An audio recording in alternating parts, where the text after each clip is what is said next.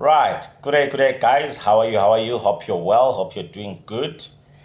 Thank you for joining me for yet another session of talking all things health and safety in South Africa. So it's always a joy and a pleasure just to come and just share with you the little that I know concerning occupational health and safety. And hopefully you get to gain a few things in terms of knowledge, in terms of practical implementation, as a safety officer, as a CEO, as a factory manager, as a GMR2 appointee. So I am hoping that this is adding value to you. This week I'm in Pongolo local municipality. Very, very hot here. Kuyashisa kwaZulu, kuyashisa. So I'm here. It's quite a nice place, beautiful place, and so I'm just doing this quick recording from my room here, and it's quite exciting. Right, I want to do a three-part series where I'll look at three different things. Here, what am I looking at? Number one, I just want to do the first video. I think it's episode 18 or 19 if I'm not mistaken. I want to look at why do we even bother with incident accident investigation. That's what I want to look at. Number two, I want to look at the different investigation steps. What are the steps in a basic incident accident investigation? And then the third part of the series, I just want to look at who is involved in the investigation. Who are the members of an investigation team? So if you're going to constitute an investigation team, who are the members to include? So I want to look at those. So right, let's jump right into it. The first part, I think it's episode 18 we are on now. I just want to look at the reasons for an investigation. Why do we do an investigation? Why bother with doing incident investigation? Why when someone gets injured, why should we even bother? Why do we complete the forms? What's the hullabaloo about incident investigation?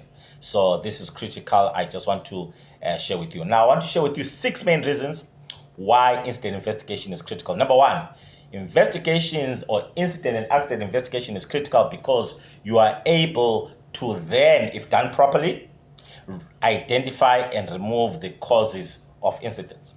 Now, the reason we do incident investigation is to find out what is the cause of the incident.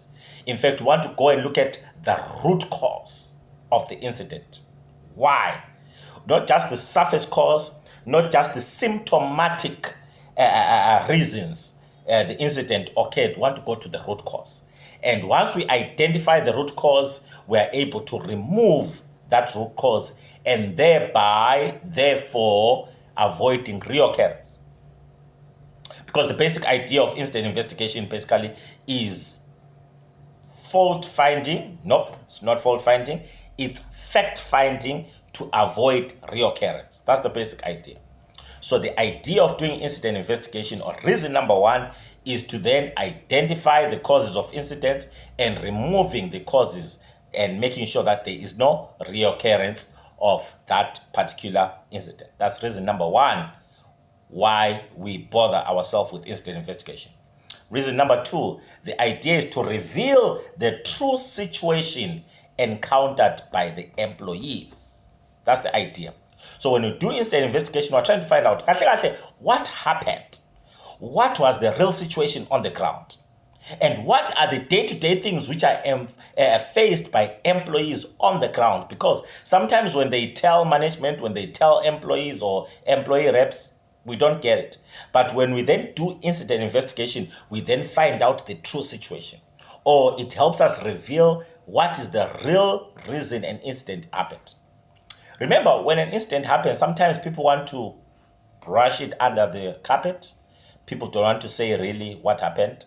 So when we then do an investigation, it helps us to ensure that we get to the real truth. That's reason number two. Reason number three, the reason we do incident investigation, at least it helps us to avoid similar situations from happening in future. That's the idea of incident investigation, to avoid reoccurrence. So there's a saying I use when I'm teaching this particular topic. I say, if a donkey kicks you once, we blame the donkey. It's a bad donkey. Donkey is not good. Kicked someone. But if that same donkey kicks you the second time, same situation, same donkey, same MO, modus operandi, same thing. We don't blame the donkey anymore. We blame you.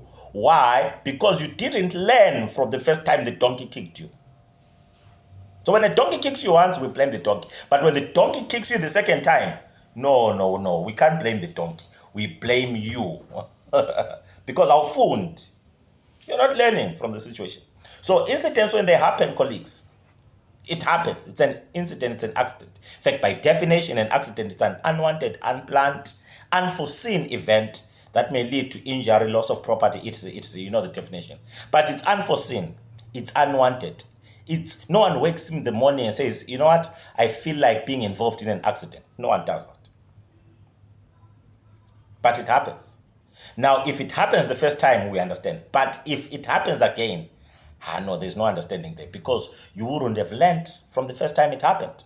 So the idea of incident investigation is to then try to find out what is the cause and prevent the incident from happening again in future, from happening again the second time. That's reason number 3 why we bother with incident investigation. Number 4, the idea is to determine responsibility for the incident. Remember the Health and Safety Act in Section 8, 8.2, I think 2F or G, it speaks of enforcing the Health and Safety Act. The Health and Safety Act has to be enforced. At some point, at some degree, someone must take responsibility for incidents that occur. Not really fault finding, but just taking ownership and responsibility and accountability. Where we say that, listen, this incident happened because of your negligence, because you took a shortcut, because of your unsafe behavior, because of unsafe act, because of an unsafe condition which you neglected. Someone must take responsibility.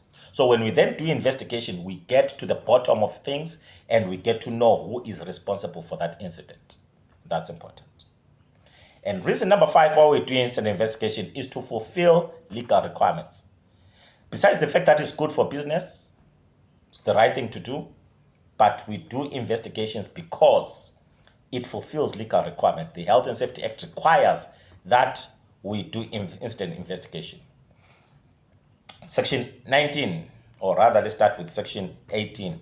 Under duties of the safety reps are required to participate in incident investigation. So the law requires it to be done. Section 20, under the Health and Safety Committee stories, the Health and Safety Committee is required to discuss incidents which have been investigated, so it has to be done. General safety regulations requires incidents to be what? To be investigated. So all of those are parts and parcel of the Act, where the Act requires incidents to be what? To be investigated. So it's a legal requirement to investigate. So that's reason number 5. And then lastly, number 6, when we do incident investigation, it at least shows or demonstrates a commitment to health and safety. It shows the employees who are serious about safety, who are serious about their safety, who are serious about ensuring that they don't get injured again. So we then do health and safety. And then lastly, number 7, we do incident accident investigation because it's the right thing to do. Ubuntu just simply says, when something goes wrong, let's find out what happened. Why did it happen? How can we avoid it from happening in future? It's just the right thing to do. Very, very important. So safety officer, manager, supervisor, GMR2, let's investigate incidents. Not only incidents and accidents which are major and big, not only minor incidences, but even close calls, near misses, the ones we call amper, they almost happened. We want to investigate those ones and make sure that some action is taken. And I'll tell you on the next session, on the next one, in terms of what are the 6 investigation steps which you can take when doing an investigation and how you can actually go about it. I'll just summarize it to give you an idea, and then we're good to go. Thanks a lot for joining me in this session. I'm going to do part 2 immediately. So forgive me, I'm not going to change clothes here. I'm not going to just do 3 parts quickly, 10 minutes each, and then we're good to go. If you need training, give us a shout. As Ndebele Partners, we do training in health and safety. We specialize in health and safety. Anything to do with health and safety, give us a call. Let's partner. Let's work together. If you have a project, if you have a safety file, and you want assistance, let's work together. Collaboration is important. If you're a safety officer and you want your team, your guys trained well trained properly, trained the right way, call us and we'll definitely do a good job. Drop me an email, jasper@ndebeleandpartners.com, not .co.za.com, or drop me a WhatsApp 076 2733 123. Sharp, sharp.